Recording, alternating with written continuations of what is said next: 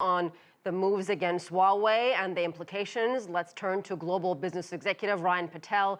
He joins me from Los Angeles. So Ryan, explain something to me. Trump's executive order declaring a national emergency and then the directive by the Commerce Department, does it essentially mean that no American companies ever can do business with Huawei? I mean, as long as the directive is in place. Yeah, no, correct. And, I think you mentioned on the segment before that this seemed like to be a coincidence. And let me tell you, there's no coincidences when it comes to the timing of this.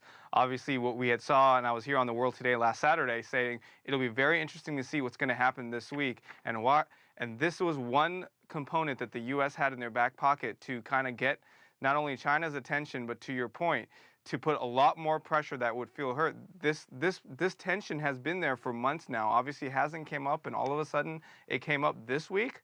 Yeah, no, I'm not buying that it's not a coincidence. And obviously, it's a hurtful thing, and I'm hoping that the U.S. administration will provide that context with the Chinese government to get back to negotiations. So, are you saying that you're thinking that this issue could be used as a bargaining chip in trying to resolve this trade dispute between the United States and China?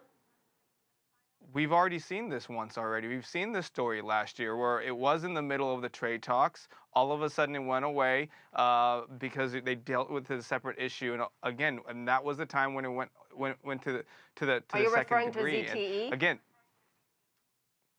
yeah, in that perspective when that occurred. So to your point, this is a big deal for the Chinese technology company and for the U.S. This is not something that both sides don't want it, but obviously Trump is playing to see what would happen next. So what is your take on reaction in other parts of the world where Huawei has millions of customers, and what about its global 5G market? What does it mean for that?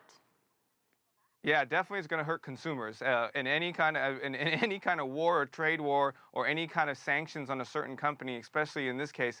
It will provide not just consumers, but not individuals, but also businesses. It will cause that place, and obviously the 5G network. It will cause a delay on how to roll this out globally. So again, if this is fully implemented as a blacklist by the U.S. and they continue to hold this to pretty much to the throat of to the letter of the words, yes, this is going to make a huge impact, and there will be repercussions to it because the Chinese will retaliate.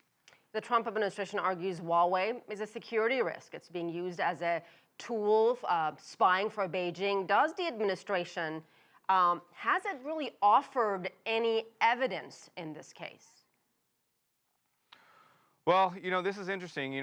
When the executives on both sides want to, how do you get over this, right? How do you ensure that there isn't, it's NDAs and assurances and places from tech companies and other countries? I think this is where it gets really, really dicey, is when you have the UK government starting to use that technology and other countries getting involved. This is not just between the U.S. is lobbying for other countries to not use their technology. And this is where it becomes really clear on how it's going to be implemented and the transparency. And again, we're going to get to the point to where the U.S. will have to like what you mentioned, be really clear on what the allegations that they're talking about.